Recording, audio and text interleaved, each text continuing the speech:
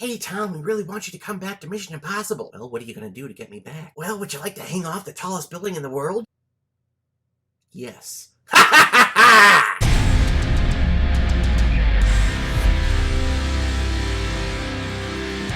Mission Impossible Ghost Protocol, released in 2011, and is directed by Brad Bird, who's directed such amazing animated films like Ratatouille and The Incredibles. This was his first live-action movie.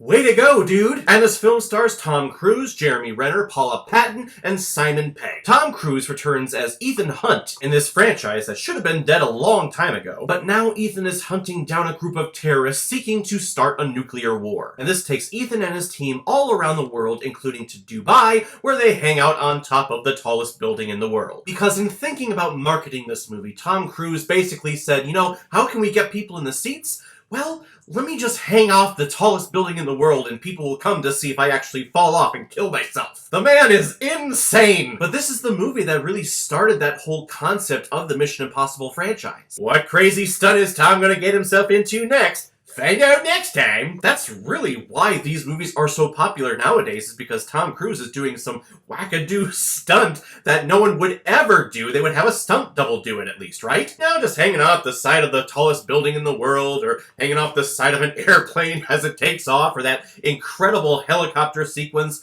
in Fallout. The man is insane.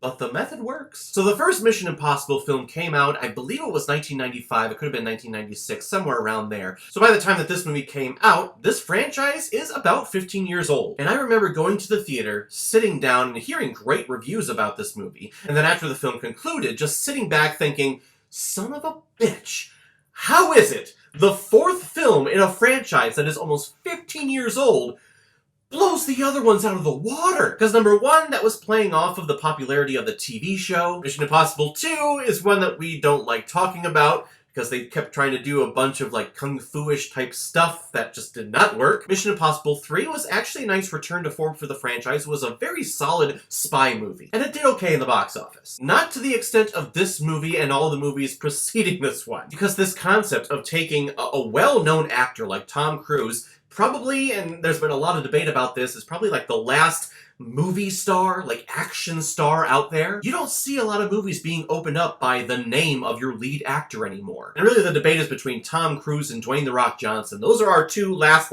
big names that can open up a movie by just being in it. If you're anyone else, audiences are a lot smarter now. So it has to be part of a franchise, the story has to be great, the Rotten Tomatoes score has to be great, which I don't really agree with. That's what Tom Cruise is now, and he's really the last one to do it. And like I said before, this film blows the other three out of the water. It has a great mixture of great action set pieces and great stunts, plus with a lot of funny, hysterical humor. And that's what they did with this movie. They leaned into the comedy. They leaned into the humor more than the other three, because they know just how ridiculous this IMF team, this department, this division is in the FBI or whatever organization they're a part of. They're always doing crazy things. They're always getting disavowed. Yes, you're working for us, but we're not going to admit that you're working for us. In fact, if you get caught, we're going to decline that we even know you. Can you imagine working for a company like that? I couldn't keep myself sane. I don't like to think that I go out wanting fame and recognition from my job, but it is nice to get a nice little pat on the back every once in a while. With the IMF, nope, that doesn't happen to these folks. And with this movie, to aid them in leaning into the comedic aspects of their situations, they made the decision that any type of technology that they use in this movie, it's not going to work 100% of the time. Very different from the first three films that we watched, where it almost took the fun out of the entire thing. Machines that make masks within a minute. This is technology that we as an audience go, oh, that's just convenient there for the plot. That doesn't really exist. So it's nice for the audience to see something that's imperfect, because it humanizes these characters. And when you humanize the character, the audience relates to them a lot more. It's really hard to relate to Tom Cruise, but you do in this movie. So the gloves that Tom is using to climb up the side of the building. At one point, one of them doesn't work, and now he has to do it with one arm. Or the magnetic device that catches Jeremy Renner as he jumps through an air vent. doesn't catch him fully and not all the time. That is such a brilliant concept to put into a franchise that is 15 years old. It makes it fresh, it makes it new, and it makes these characters, again, relatable. Tom Cruise did return for this movie, and from what I recall, back when this film was originally being shot and was coming out, this was being hailed as his final run as the character of Ethan Hunt, and they were going to pave the way for someone else like Jeremy Renner. I heard that Jeremy Renner was supposed to take over this franchise after this one. It didn't really work out for him. Because Todd is smart, and he realized that, well, this movie made so much more money than any of my other movies. I think it's like his second highest grossing film of all time. So, like, yeah,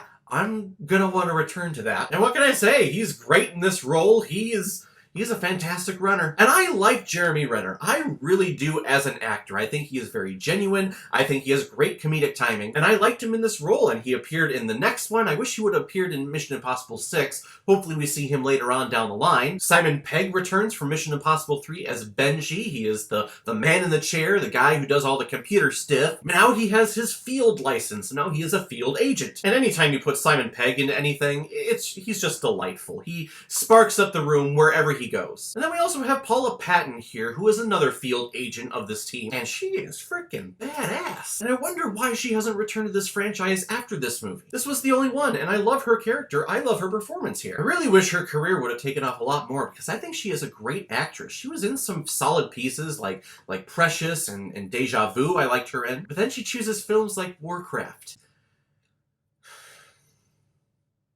No. But I think this was a solid team that they got for this movie. Maybe we'll see Jeremy Renner and Paula Patton maybe further on down the line, maybe for the next Mission Impossible movie that's going to be coming out in a couple of years. But in the meantime, this movie is great. And a lot of people would say it's the best of the franchise. And for me, it's going to be in the top 2. I think it's between this one and Rogue Nation. And I couldn't recommend this movie enough. If you haven't seen it, I think your mind is going to be blown with just how great this movie is. Great action set pieces, great use of humor, great performances that we got from everyone. This franchise was rejuvenated because of this movie. And this is why I think I've heard Mission Impossible 7 and 8 are going to be coming out back to back, all because this movie is so good and did so well. So I'm going to give Mission Impossible Ghost Protocol 4.5 out of 5 Blu-rays. I think I see blue.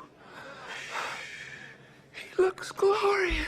Alright everyone, now comes my favorite part in my videos where I pick which movie I'm going to be watching next. And the next one comes as a recommendation from one of my subscribers and gave me like a huge list of movies from South Korea to watch. This one comes from Hyang Wong. You recommended The Handmaiden. And every time I get these recommendations of these South Korean pictures, I'm usually pleasantly surprised. I don't think I've hated any single one that's been recommended to me. South Korea guys, they got their shit together when it comes to film. But then I also have to look forward to trying to pronounce names of actors and characters in the film, and that's where I just butcher everything. Like I said, I have loved the South Korean films that have been recommended to me in the past, so I'm looking forward to this. Thank you very much, Wang Wong, for the recommendation. If any of you have recommendations of films that you want me to review on here, please leave your comment below this video, or go to my Facebook page, my Instagram, or my Twitter. Leave your recommendation there, and if I have access to it, I will watch, review it, and give you a shout out on the channel. So guys, have you seen Mission Impossible 4 Ghost Protocol? What did you think about it? Or if you've never seen it before, and you stumbled across it because of this video, please comment below, let me know what you thought about it. And if you like what you saw here, if you like my take on movies, then hit the subscribe button. It helps me out with growing this channel. And if you have friends, if you have family members that love hearing people talk about movies,